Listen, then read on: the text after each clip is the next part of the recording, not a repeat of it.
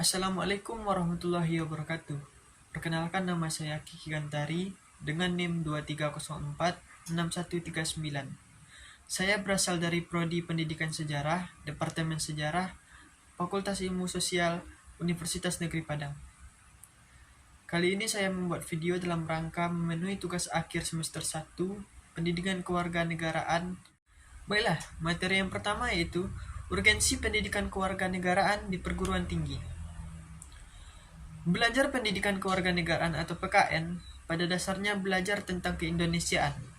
Belajar menjadi manusia yang berkepribadian Indonesia, membangun rasa kebangsaan dan cinta tanah air.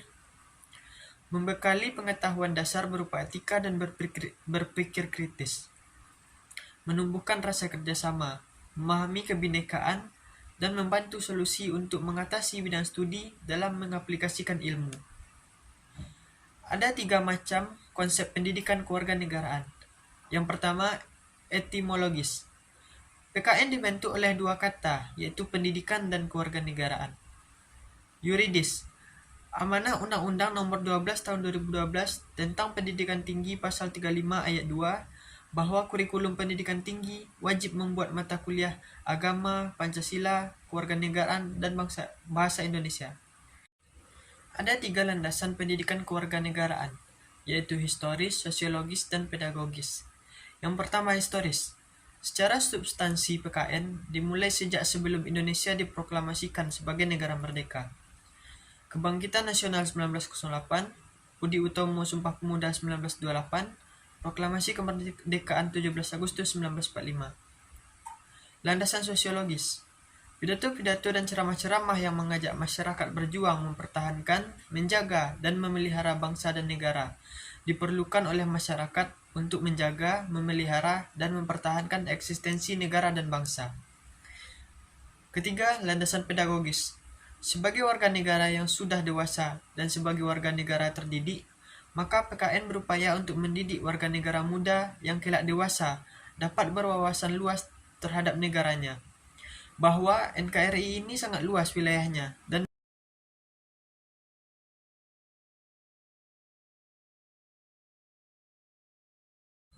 selain di Indonesia, berbagai negara juga menerapkan pendidikan kewarganegaraan dengan nama yang berbeda-beda, seperti contohnya Singapura dengan nama Moral Education, Malaysia Pendidikan Sivik dan Kewarganegaraan, Australia CVS, Inggris Citizenship Education, Timur Tengah Talimatul Mukatonah, Meksiko Education Civicas, dan Amerika Civic Education. Dinamika dan tantangan pendidikan kewarganegaraan. Yang pertama, dinamika. Suatu kenyataan bahwa PKN telah mengalami beberapa perubahan, baik tujuan, orientasi, substansi, materi, metode, dan sistem evaluasi, dari mulai awal abad 21 sampai saat ini. Kondisi masyarakat Indonesia yang majemuk, disintegrasi etnik, struktur sosial masyarakat memaknai secara luas NKRI dengan wawasan yang beragam. Selanjutnya, tantangannya. Era globalisasi yang ditandai perkembangan iptek mengakibatkan perubahan dalam tatanan kehidupan termasuk perilaku warga negara. Usaha sadar mempersiapkan generasi muda yang cinta tanah air dan berani berkorban membela bangsa. Mendorong warga negara agar mampu memanfaatkan pengaruh positif perkembangan iptek untuk membangun negara dan bangsa. Melatih generasi muda dalam berpikir kritis, analitis, dan berperilaku demokratis sesuai dengan nilai Pancasila. Mendidik kembali generasi muda dalam menggunakan kecanggihan iptek untuk menumbuh kembangkan. Materi selanjutnya, esensi dan urgensi identitas nasional sebagai salah satu determinan pembangunan bangsa dan karakter. Definisi identitas nasional. Konsep identitas nasional dibentuk oleh 2 kata dasar, ialah identitas dan nasional. Kata identitas berasal dari kata identity dalam bahasa Inggris. Kata nasional berasal dari kata nasional, juga berasal dari bahasa Inggris. Dalam Kamus Besar Bahasa Indonesia atau KBBI, identitas berarti ciri-ciri atau keadaan khusus seorang atau jati diri. Sedangkan nasional berarti bersifat kebangsaan, berkenaan atau berasal dari bangsa sendiri, meliputi suatu bangsa. Dalam konteks pendidikan kewarganegaraan, identitas nasional lebih dekat dengan arti jati diri yakni ciri-ciri atau karakteristik. Perasaan atau keyakinan tentang kebangsaan yang membedakan bangsa Indonesia dengan bangsa lain. Apabila bangsa Indonesia memiliki identitas nasional, maka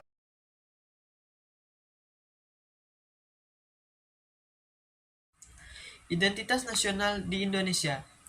Yang pertama yaitu bahasa nasional atau bahasa persatuan, yaitu bahasa Indonesia. Bendera negara yaitu Sang Merah Putih. Lagu kebangsaan yaitu Indonesia Raya. Lambang negara yaitu Garuda Pancasila. Semboyan negara yaitu Bhinneka Tunggal Ika.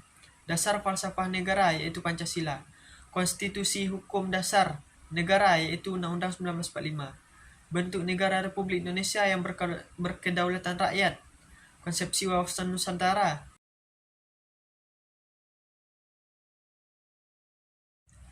Jati diri sebuah bangsa atau identitas nasional bangsa Indonesia. Identitas nasional bagi bangsa Indonesia akan sangat ditentukan oleh ideologi yang dianut dan norma dasar yang dijadikan pedoman untuk berperilaku. Semua identitas ini akan menjadi ciri yang membedakan bangsa Indonesia dari bangsa lain. Identitas nasional dapat diidentifikasi baik dari sifat lahiriah yang dapat dilihat maupun dari sifat batiniah yang hanya dapat dirasakan oleh hati nurani. Bagi bangsa Indonesia, jati diri tersebut dapat tersimpul dalam ideologi dan konstitusi negara, ialah Pancasila dan Undang-Undang. Jati diri bangsa Indonesia adalah nilai-nilai yang merupakan hasil buah pikiran dan gagasan dasar bangsa Indonesia tentang kehidupan yang dianggap baik, yang memberikan watak, corak, dan ciri masyarakat Indonesia.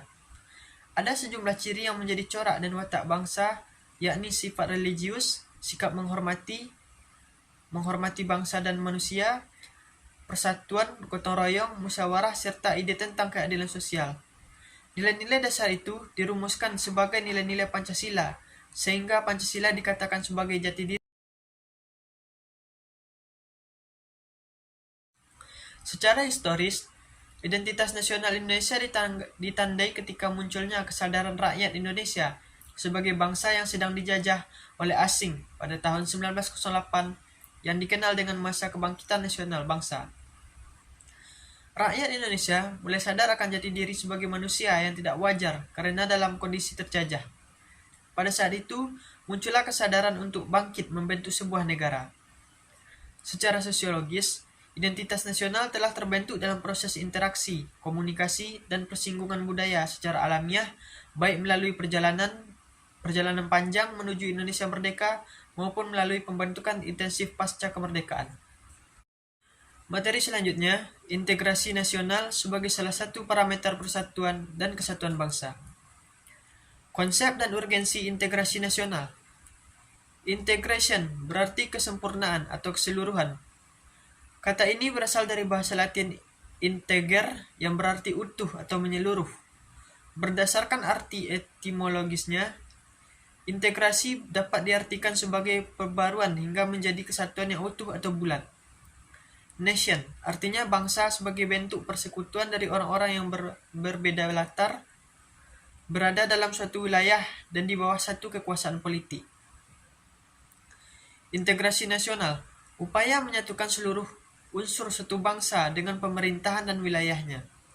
Pembentukan suatu identitas nasional dan penyatuan berbagai kelompok sosial dan budaya ke dalam suatu kesatuan wilayah. Bersatunya suatu bangsa yang menempati wilayah tertentu dalam sebuah negara yang berdaulat. Proses penyatuan berbagai kelompok sosial budaya dalam satu kesatuan wilayah dan dalam suatu identitas nasional. Jenis integrasi. Yang pertama yaitu integrasi bangsa. Integrasi bangsa menunjuk pada proses penyatuan berbagai kelompok budaya dan sosial dalam suatu wilayah kesatuan dan dalam suatu pembentukan identitas nasional. Yang kedua yaitu integrasi wilayah. Integrasi wilayah menunjuk pada masalah pembentukan wewenang kekuasaan nasional di pusat atas unit-unit sosial yang lebih kecil yang beranggotakan kelompok-kelompok sosial budaya masyarakat tertentu. Yang ketiga, integrasi nilai. Integrasi nilai menunjuk pada adanya konsensus terhadap nilai yang minimum yang diperlukan dalam memelihara tertib sosial. Yang keempat, integrasi elit massa. menunjuk pada masalah penghubungan antara pemerintahan dengan yang diperintah, mendekatkan perbedaan-perbedaan mengenai aspirasi dan nilai pada kelompok elit dan massa. Yang kelima, integrasi perilaku. Integrasi tingkah laku atau perilaku integratif menunjuk pada penciptaan tingkah laku yang terintegrasi dan yang diterima demi mencapai tujuan bersama. Dalam realitas nasional, integrasi nasional dapat dilihat dari 3 aspek. Yang pertama yaitu integrasi politik, integrasi vertikal dan integrasi horizontal. Yang kedua, integrasi ekonomi. Terjadinya saling ketergantungan antara daerah dalam upaya memenuhi kebutuhan rakyat. Adanya saling ketergantungan menjadikan wilayah dan orang-orang dari berbagai latar akan mengadakan kerjasama yang saling menguntungkan dan sinergis. Yang ketiga yaitu integrasi sosial budaya. Proses penyesuaian unsur-unsur yang berbeda dalam masyarakat. Menurut Miron Weiner, dalam Surbakti 2010, dalam negara merdeka, faktor pemerintah yang berkeabsahan atau legitimate merupakan hal penting bagi pembentukan negara bangsa.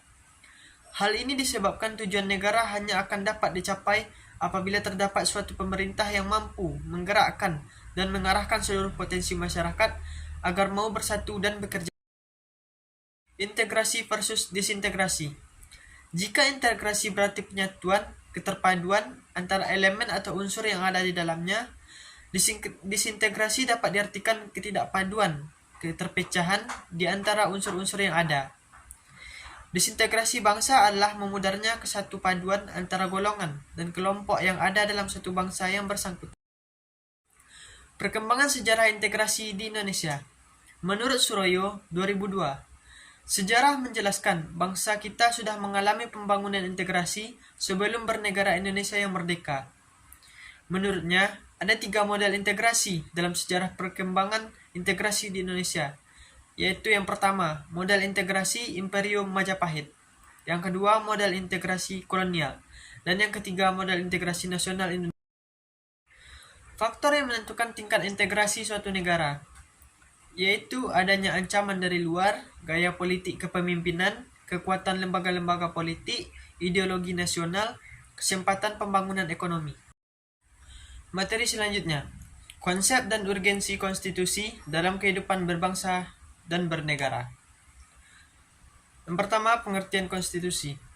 Merujuk pandangan Lord James Brice, yang dimaksud dengan konstitusi adalah suatu kerangka negara yang diorganisasikan melalui dengan hukum dan menetapkan lembaga-lembaga yang tetap dengan mengakui fungsi-fungsi dan hak-haknya. Rumusan yang ditemukan C.F. Strong adalah konstitusi itu merupakan suatu kumpulan asas-asas mengenai kekuasaan pemerintah, hak-hak yang diperintah, dan hubungan antara keduanya, yaitu pemerintahan.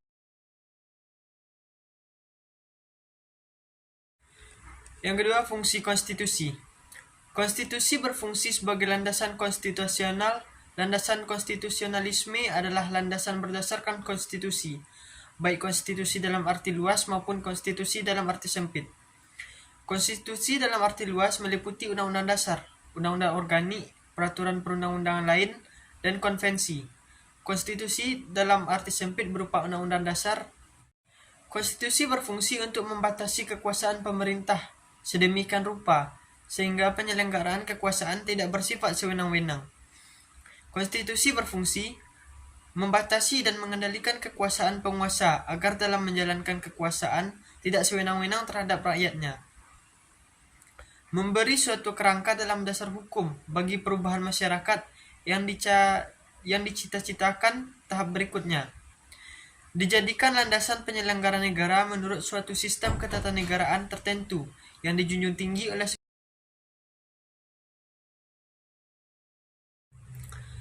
Yang ketiga, sumber rujukan untuk mempelajari fungsi konstitusi.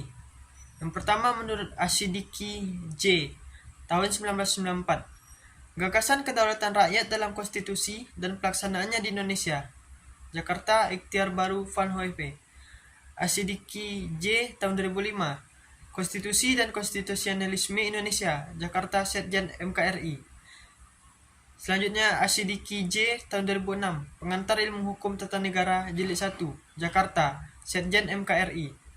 Selanjutnya, Mahfud MD tahun 2000, Demokrasi dan Konstitusi di Indonesia, Studi tentang Integrasi Politik dan Kehidupan Ketatanegaraan, Jakarta, PT Rinika Cipta.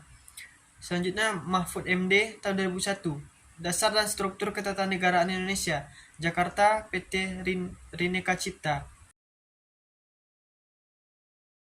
Konstitusi mempunyai dua pengertian, yaitu dalam arti sempit dan dalam arti luas.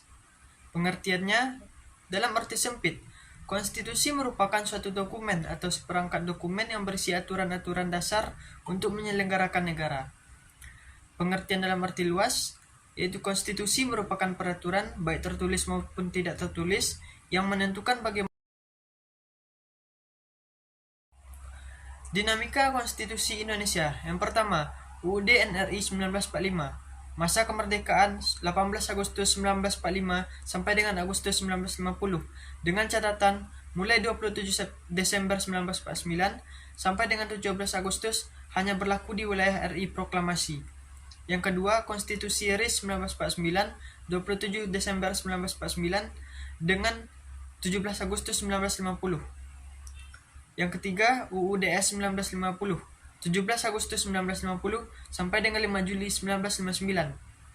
Yang keempat, UUD NRI 1945 pada masa Orde Lama, 5 Juli 1959 sampai dengan 1965.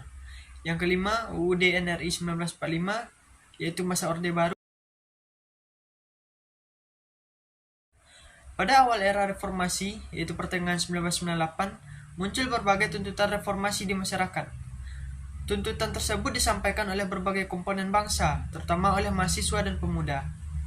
Beberapa tuntutan reformasi itu adalah mengamandemen UUD NRI 1945. Yang kedua, menghapuskan doktrin dwifungsi Angkatan Bersenjata Republik Indonesia. Yang ketiga, menegakkan supremasi hukum, penghormatan hak asasi manusia atau HAM, serta pemberantasan korupsi, kolusi, dan nepotisme atau KKN.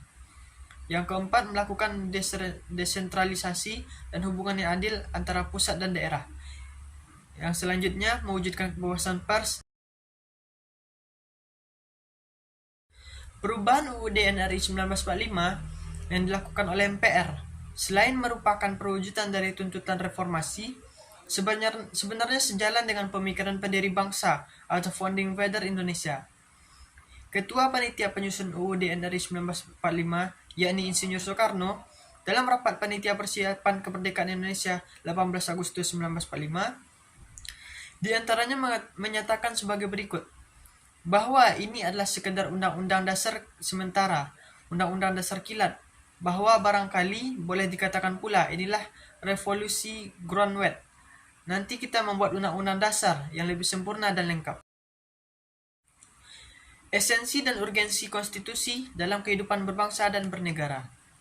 Setelah melewati proses yang cukup panjang, akhirnya MPR RI berhasil melakukan perubahan UUD NRI 1945. Perubahan UUD NRI 1945 yang pada mulanya merupakan tuntutan reformasi dalam perjalanan telah menjadi kebutuhan seluruh komponen bangsa.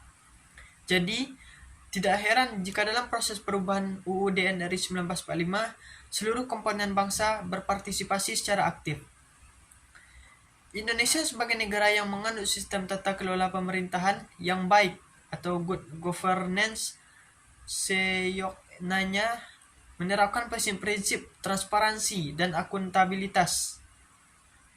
Lembaga yang memiliki otoritas memungut pajak di Indonesia adalah Direktorat Jenderal Pajak atau DJP untuk pajak pusat dan Dinas Pendapatan atau Pengelolaan Aset Daerah atau DPPKAD atau nama lain sejenis untuk pajak daerah.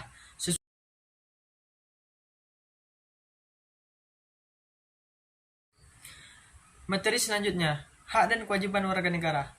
Wujud hubungan warga negara dan negara pada umumnya berupa peranan atau role. Hak dan kewajiban warga negara di Indonesia tercantum dalam pasal 27 sampai dengan pasal 34 Undang-Undang 1945. Hak dasar warga negara Indonesia. Hak atas pekerjaan dan penghidupan yang layak. Tiap warga negara berhak atas pekerjaan dan penghidupan yang layak bagi kemanusiaan. Bunyi pasal 27 ayat 2. Hak untuk hidup dan mempertahankan kehidupan. Setiap orang berhak untuk hidup serta berhak mempertahankan hidup dan kehidupannya. Bunyi pasal 28A. Hak untuk membentuk keluarga dan melanjutkan keturunan melalui perkawinan yang sah. Bunyi pasal 28B ayat 1. Hak atas kelangsungan hidup. Setiap anak berhak atas kelangsungan hidup, tumbuh dan berkembang. Hak untuk mengembangkan diri melalui pemenuhan kebutuhan dasarnya dan berhak mendapatkan pendidikan, ilmu pengetahuan dan teknologi, seni dan budaya demi meningkatkan kualitas hidupnya, demi kesejahteraan hidup manusia. Bunyi pasal 28C ayat 1. Hak untuk memajukan dirinya dalam memperjuangkan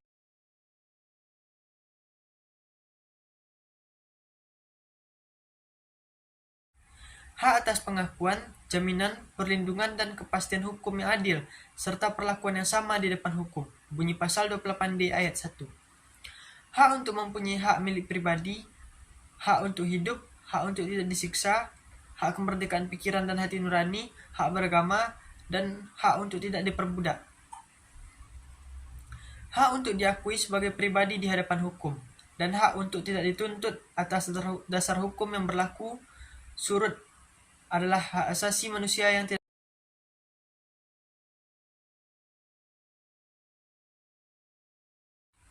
Kewajiban warga negara Indonesia. Wajib menaati hukum dan pemerintahan. Bunyi pasal 27 ayat 1 Undang-Undang 1945 berbunyi, segala warga negara bersamaan kedudukannya di dalam hukum dan pemerintahan, dan wajib menjunjung hukum dan pemerintahan itu dengan tidak ada kecualinya. Wajib ikut serta dalam upaya pembelaan negara. Bunyi pasal 27 ayat 3 UUD 1945 menyatakan setiap warga negara berhak dan wajib ikut serta dalam upaya pembelaan negara. Wajib menghormati hak asasi manusia orang lain. Pasal 28J ayat 1 menyatakan setiap orang wajib menghormati hak asasi orang lain. Wajib tunduk kepada pembatasan yang ditetapkan dengan undang-undang.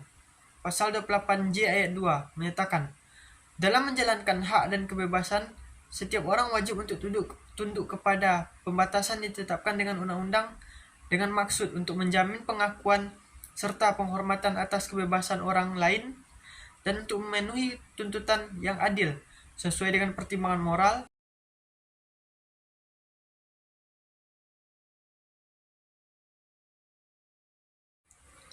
Wajib ikut serta dalam usaha pertahanan dan keamanan negara. Pasal 30 ayat 1 UUD 1945 menyatakan tiap-tiap warga negara berhak dan wajib untuk ikut serta dalam usaha pertahanan dan keamanan negara. Hak dan kewajiban telah dicantumkan dalam UUD 1945, pasal 26, 27, 28, dan pasal 30, yaitu yang pertama pasal 26 ayat 1, yang menjadi warga negara adalah orang-orang bangsa Indonesia asli dan orang-orang bangsa lain yang disahkan dengan undang-undang sebagai warga negara. Dan pada ayat 2, syarat-syarat mengenai kewarganegaraan ditetapkan dengan undang-undang. Pasal 27 ayat 1. Segala warga negara bersamaan dan dengan kedudukannya di dalam hukum dan pemerintahannya wajib menjunjung hukum dan pemerintahan itu. Pada ayat 2-nya, tiap-tiap warga negara berhak atas pekerjaan dan penghidupan yang layak bagi kemanusiaan. Yang ketiga, pasal 28. Kemerdekaan berserikat dan berkumpul, mengeluarkan pikiran dengan lisan dan sebagainya ditetapkan dengan undang-undang. Yang keempat, pasal 30 ayat 1.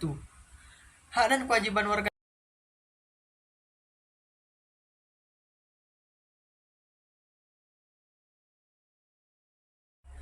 alasan perlunya harmoni kewajiban dan hak negara dan warga negara. Diperlukannya harmoni hak dan kewajiban karena hak dan kewajiban merupakan sebuah kesatuan yang sulit dipisahkan. Kekuasaan seseorang untuk melakukan sesuatu yang telah ditentukan oleh undang-undang, misalnya hak mendapat pendidikan dasar, hak mendapat rasa aman. Dengan hak yang dimilikinya, seseorang dapat. Sebagai warga negara, kita memiliki hak untuk mendapatkan pendidikan. Dengan pendidikan, kita akan mewujudkan cita-cita kita. Sedangkan kewajiban adalah sesuatu yang harus dikerjakan. Misalnya, wajib mematuhi rambu-rambu lalu lintas dan wajib membayar pajak. Kewajiban merupakan hal yang harus dikerjakan atau dilaksanakan. Jika tidak dilaksanakan, dapat mendatangkan sanksi bagi yang melanggarnya. Sedangkan hak adalah kekuasaan untuk melakukan sesuatu. Namun, kekuasaan tersebut dibatasi oleh undang-undang. Pembatasan ini harus dilakukan agar pelaksanaan hak seseorang tidak sampai melanggar hak orang lain. Jadi, pelaksanaan hak dan kewajiban harus seimbang. Antara hak dan kewajiban harus berjalan seimbang. Artinya, kita tidak boleh terus menuntut hak tanpa memenuhi kewajiban. Sebaliknya, negara juga tidak boleh berlaku sewenang-wenang dengan menuntutnya. Negara menjalankan kewajiban tanpa pernah memenuhi hak-hak mereka. Dapat disimpulkan bahwa diperlukannya harmonisasi hak dan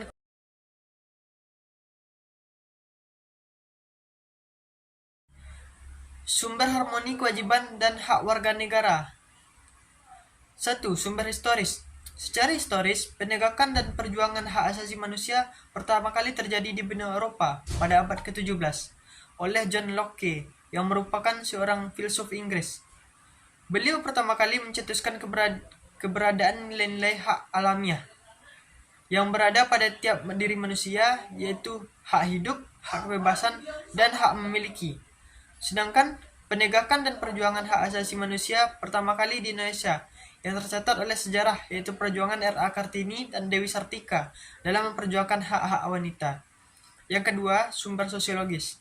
Secara sosiologis, terjadinya gejala sosiologis fundamental di masa lalu menyebabkan terjadinya konflik di tengah masyarakat. Hal ini dinamakan permasalahan penegakan hak asasi manusia di Indonesia. Konflik ini kemudian mengakar menjadi perselisihan antar suku, antar umat beragama, antar ras, dan kelas sosial karena disebabkan suatu kebencian sosial budaya yang bersumber dari perbedaan ciri budaya dan nasib yang ada diwariskan oleh sejarah masa lalu. Oleh karena itu, Indonesia mampu merombak seluruh tatanan kehidupan masa lalu. Masyarakat sipil demokratif harus mampu mengharmonisasikan kewajiban dan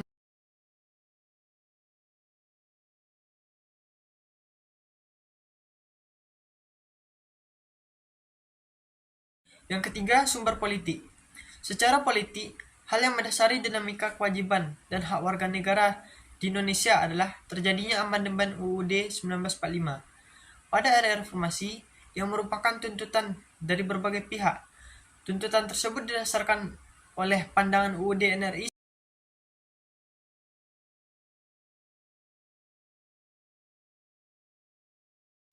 Materi selanjutnya, memahami konsep dan urgensi demokrasi yang bersumber dari Pancasila. 1. Hakikat demokrasi.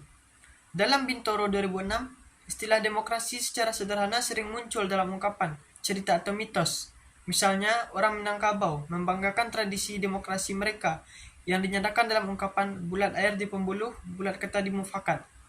Orang Jawa secara samar-samar menunjukkan tentang gagasan demokrasi yang mengacu kebiasaan rakyat Jawa untuk PP atau berjemur di muka keraton bila mereka ingin mengungkapkan persoalan hidupnya kepada raja. Ada juga yang mencoba menjelaskan dari cerita wayang, bahwa Bima atau Werkudara memakai mahkota yang dinamai gelung Mangkara Unggul, artinya sanggul atau dandan rambut.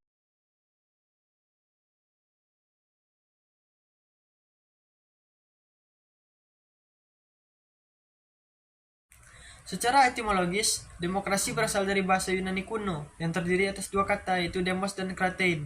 Kata demos memiliki arti rakyat dan kratos memiliki makna pemerintahan. Jika kita hubungkan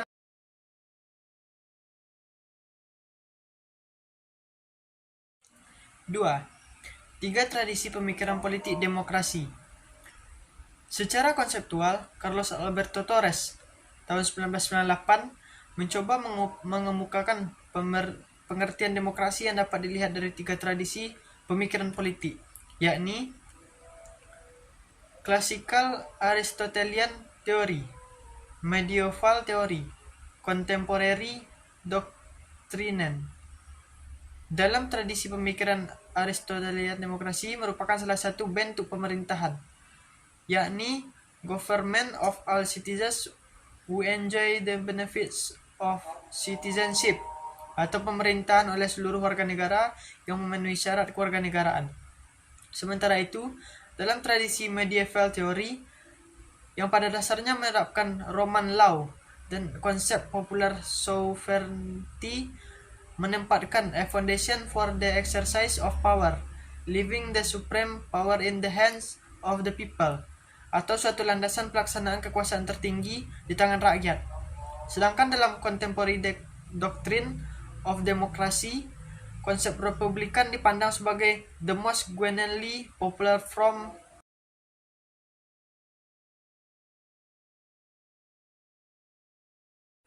Selanjutnya, Torres 1998 juga memberikan pandangan mengenai demokrasi dari dua aspek, yakni formal demokrasi, substantif demokrasi, dan formal demokrasi.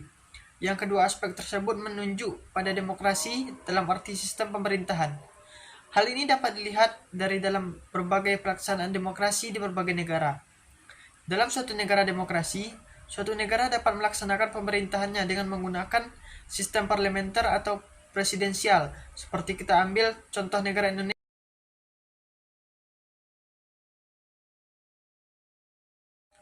Pentingnya demokrasi sebagai sistem politik kenegaraan modern.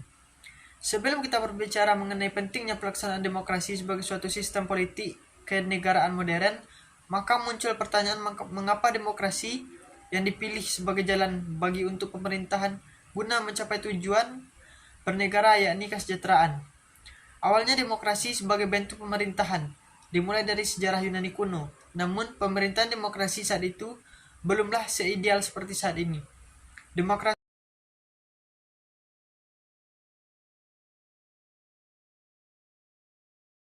minoritas kaum laki-laki dewasa yang hal tersebut sangat jauh dari pengertian demokrasi yang ideal. Selanjutnya, demokrasi di mata para pemikir Yunani kuno seperti Plato dan Aristoteles justru memberikan penilaian yang berbeda. Mereka mengemukakan bahwa demokrasi bukanlah bentuk pemerintahan yang ideal. Mereka menilai demokrasi sebagai pemerintahan oleh orang miskin atau pemerintahan oleh orang dungu. Demokrasi Yunani kuno itu selanjutnya tenggelam oleh kemunculan pemerintahan model kekaisaran Romawi dan tumbuhnya negara-negara kerajaan di Eropa sampai abad ke-17. Namun demikian, pada akhir abad ke-17, lahirlah demokrasi modern yang disemai oleh para pemikir Barat dan Thomas Hobbes, Montesquieu, dan J.J. Rousseau, bersamaan dengan munculnya konsep negara-negara di Eropa. Demokrasi mengalami perkembangan yang makin pesat dan makin diterima di banyak negara, terlebih sesudah Perang Dunia II. Suatu penelitian dari UNESCO tahun 1949 menyatakan mungkin bahwa untuk pertama kalinya dalam sejarah, demokrasi dinyatakan sebagai nama yang paling baik dan wajar untuk semua sistem negara, sistem organisasi politik dan sosial yang diperjuangkan oleh pendukung-pendukung yang berpengaruh. Berdasarkan beberapa pendapat yang telah dibahas, disimpulkan bahwa meskipun banyak perbedaan mengenai pemikiran demokrasi, namun sampai saat ini sistem demokrasi khususnya pelaksanaan sistem pemerintahan tetap diyakini dan diterima sebagai sistem politik yang baik guna mencapai kesejahteraan bangsa. Hampir semua negara modern mendeklarasikan dirinya telah melaksanakan sistem demokrasi dalam pemerintahan dan sebaliknya akan menghindari.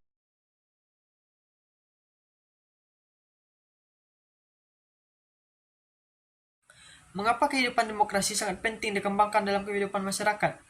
Membahas mengenai demokrasi sangat penting dikembangkan dalam kehidupan masyarakat. Maka jawabannya adalah demokrasilah yang memegang peran penting dalam masyarakat dan dalam tata aturan suatu negara.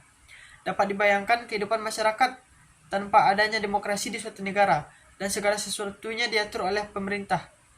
Maka hilanglah kesejahteraan masyarakat dan kacaulah negara tersebut. Demokrasi sangat penting dan tidak diperlukan masyarakat. Tidak hanya sekedar pemerintahan yang memegang kendali dalam pengaturan suatu negara. Perlu adanya masyarakat yang komplement, mendukung, dan masyarakat perlu terlibat dalam pembangunan suatu negara demi terciptanya kemakmuran dan kesejahteraan negara.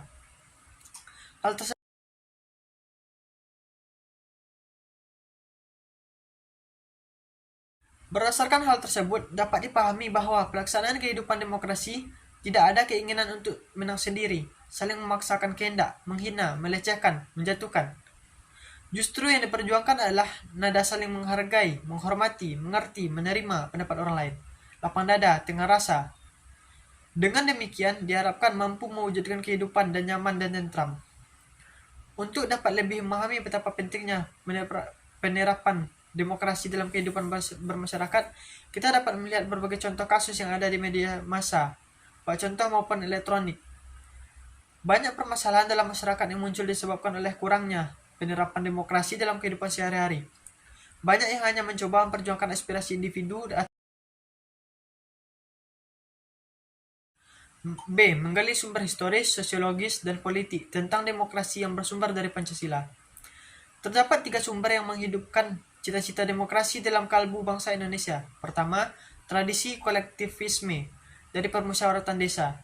Kedua, ajaran Islam yang menuntut kebenaran dan keadilan ilahi dalam masyarakat, serta persaudaraan antar manusia sebagai makhluk Tuhan. Ketiga, paham sosialis barat yang menarik perhatian para pemimpin pergerakan kebangsaan karena dasar-dasar perikemanusiaan yang dibelanya dan menjadi tujuannya. Berdasarkan ketiga tersebut, dapat dipahami bahwa pelaksanaan demokrasi di Indonesia tetap mempertahankan jati diri bangsa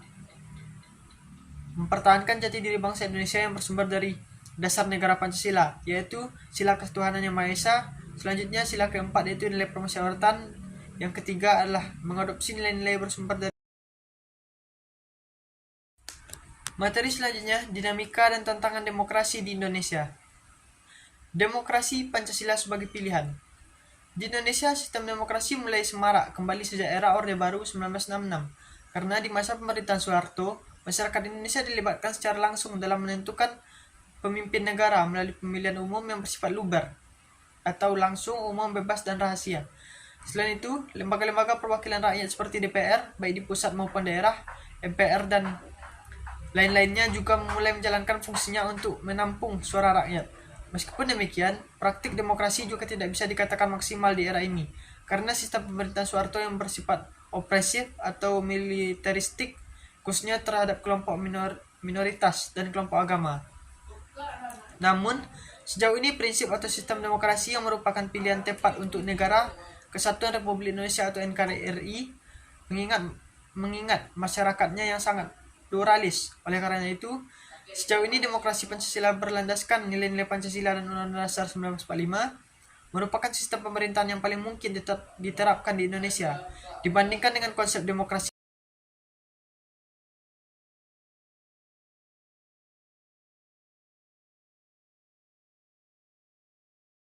Demokrasi Pancasila merupakan representasi dari realitas masyarakat Indonesia yang memiliki ciri beragam atau multikultural, namun tetap menempatkan budaya gotong royong dan persatuan di atas segala perbedaan. Penerapan konsep musyawarah untuk mencapai suatu mufakat yang selama ini kita kenal di masyarakat juga merupakan bukti bahwa demokrasi Pancasila bertujuan mengutamakan keselarasan. Tantangan demokrasi di Indonesia. Semenjak memasuki era reformasi, konsep demokrasi semakin nyata didengungkan. Hal ini terlihat dari kebebasan pers dan kebebasan berpendapat di kalangan masyarakat dalam mengkritik pemerintahan. Dicabutnya larangan ekspresi budaya di Tionghoa oleh Presiden RI keempat, yaitu Abdurrahman Wahid, menandakan bahwa prinsip demokrasi Pancasila masih diminati oleh bangsa ini. Namun di sisi lain, era reformasi juga membawa dilema untuk bangsa ini. Salah satunya adalah karena kebebasan berpendapat kerap disalahgunakan sebagai penegasan terhadap identitas kelompok tertentu atau atas nama mayoritas. Hal tersebut tentunya menjadi permasalahan tersendiri bagi bangsa ini, dan secara potensial ini dapat mencederai hakikat demokrasi Pancasila. Sebagai contohnya, banyak kita temukan konflik berbasis perbedaan agama dan budaya terjadi di masyarakat, maraknya ujaran kebencian terhadap kelompok minoritas, serta permunculan ideologi intoleran dan kejahatan terorisme.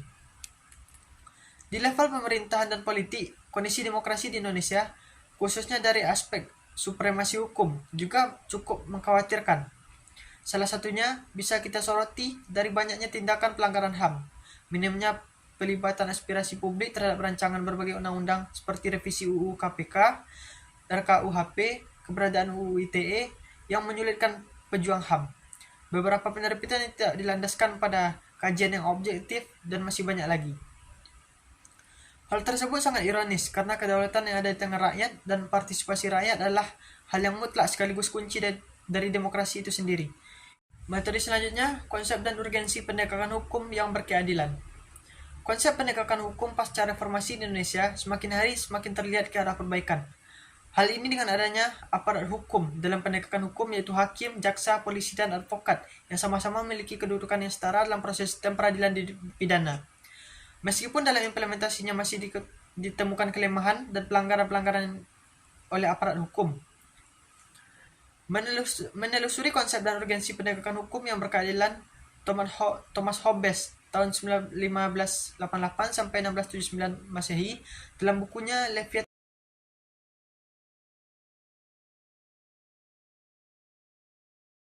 Manusia memiliki keinginan dan nafsu yang berbeda-beda antara manusia yang satu dengan manusia lainnya. Nafsu yang dimiliki manusia ada yang baik dan ada nafsu yang tidak baik. Inilah salah satu argumen mengapa aturan hukum diperlukan. Berdasarkan pasal 27 ayat 1 dan pasal 28D ayat 1, maka persamaan di depan hukum dapat dipahami dalam negara hukum, bahwa setiap orang memiliki kedudukan yang sama dan seimbang dan tidak ada pengecualian.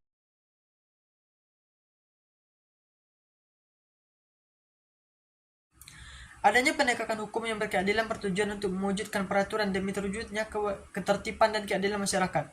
Penegakan hukum dilakukan agar masyarakat memperoleh perlindungan atas hak dan kewajibannya. Oleh negara Indonesia merupakan negara hukum yang memiliki peraturan perundang-undangan, lembaga hukum, dan aparatur penegak hukum.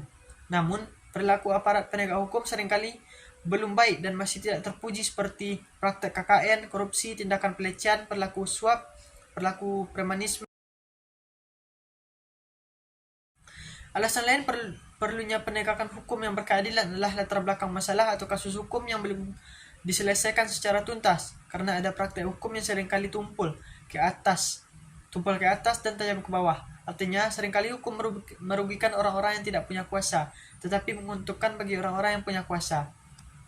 Indonesia memiliki sejarah yang kaya akan perubahan budaya dan sosial yang mempengaruhi perkembangan psikologi dan penegakan hukum di negara ini. Universitas Indonesia menaruhkan program doktor di bidang psikologi yang bertujuan untuk menghasilkan ilmu-ilmu baru di bidang psikologi yang mempertimbangkan aspek budaya dan mempunyai kontribusi strategis untuk menjawab. Telah ada kajian mengenai perkembangan psikologi budaya di Indonesia yang berkembang dan perspektif kolonialisme yang didominasi Barat. Selain itu, terdapat penelitian tentang psikologi budaya Jawa yang memanfaatkan latar belakang budaya Jawa yang kaya untuk mendukung integrasi layanan kesehatan fisik dan mental sebagai bentuk psikologi terapan. Sedangkan untuk penegakan hukum, belum ada hasil penelusuran kasus terkait topik tersebut. Tujuan utama penegakan hukum adalah untuk membuat masyarakat merasa bahwa hak-haknya dilindungi. Alasan pentingnya penegakan hukum yang berkeadilan adalah dengan adanya keadilan dalam penegakan hukum, diharapkan hukum dapat tertib dan tidak merendahkan martabat warga negara. Dengan kata lain, hukum selalu melayani kepentingan, keadilan, ketertiban, ketentraman warga negara. Materi selanjutnya, dinamika dan tantangan wawasan Nusantara. Wawasan Nusantara adalah cara pandang dari sikap bangsa Indonesia mengenai diri dan bentuk geografinya berdasarkan Pancasila dan Undang-Undang 1945. Dalam pelaksanaannya, wawasan Nusantara mengutamakan kesatuan wilayah dan menghargai kebinekaan untuk mencapai tujuan nasional. 1. Unsur-unsur wawasan Nusantara terdiri atas wadah yang terbagi atas 3 bagian. Yang pertama itu wujud wilayah batas ruang lingkup. Wilayah Nusantara ditentukan oleh lautan yang di dalamnya terdapat gugusan ribuan pulau yang saling dihubungkan oleh perairan. Oleh karena itu, Nusantara dibatasi oleh lautan dan daratan seperti dihubungkan oleh perairan di dalamnya. Setelah bernegara dalam Negara Kesatuan Republik Indonesia, bangsa Indonesia memiliki organisasi kenegaraan yang merupakan wadah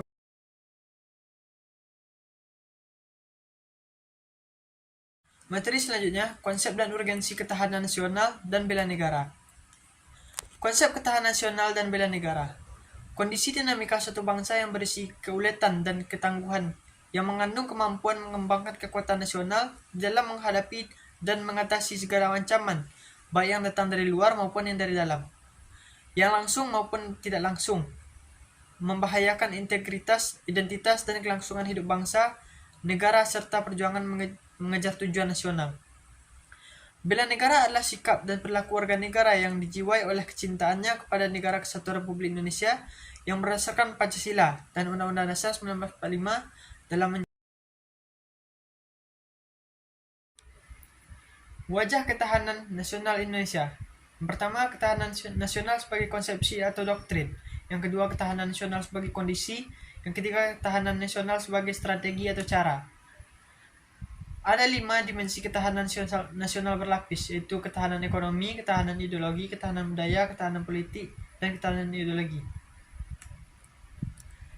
Konsep ketahanan nasional berlapis artinya ketahanan nasional sebagai kondisi yang kokoh dan tangguh dari sebuah bangsa tentu tidak terwujud jika tidak dimulai dari ketahanan pada lapisan-lapisan di bawahnya. Asal pembinaan ketahanan nasional ada dari geopolitik atau geostrategi, yaitu holistik dan menyeluruh terpadu. Dari proyektif ada efisien dan normatif. Historis 1960, ancaman komunis. Keberhasilan bangsa Indonesia menangkal ancaman komunis tersebut menginspirasi para petinggi negara, khususnya para petinggi militer, untuk merumuskan sebuah konsep yang dapat menjawab mengapa bangsa Indonesia tetap mampu bertahan menghadapi serbuan ideologi komunis. Sosiologis, ketahanan nasional bermula dari ancaman setelah Perang Dingin terhadap budaya dan kebangsaan. Inti ketahanan nasional pada dasarnya berada pada tataran mentalitas bangsa Indonesia sendiri dalam menghadapi dinamika masyarakat itu sendiri. Politik. Ketahanan nasional dewasa ini sangat diperlukan dan dipengaruhi oleh kondisi ketidakadilan sebagai musuh bersama. Politik. Ketahanan nasional dewasa ini sangat dipengaruhi oleh kondisi ketidakadilan sebagai musuh bersama.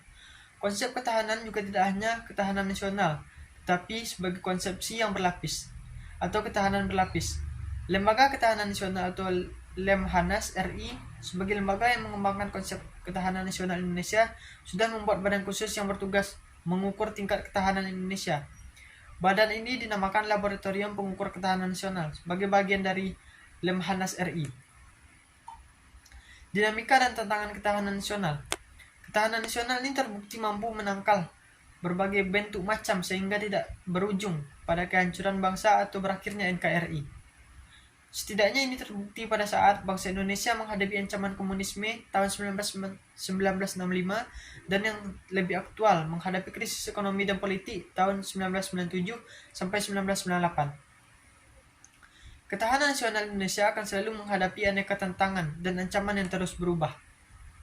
Kesimpulannya, inti ketahanan nasional pada dasarnya berada pada tataran mentalitas bangsa Indonesia sendiri dalam.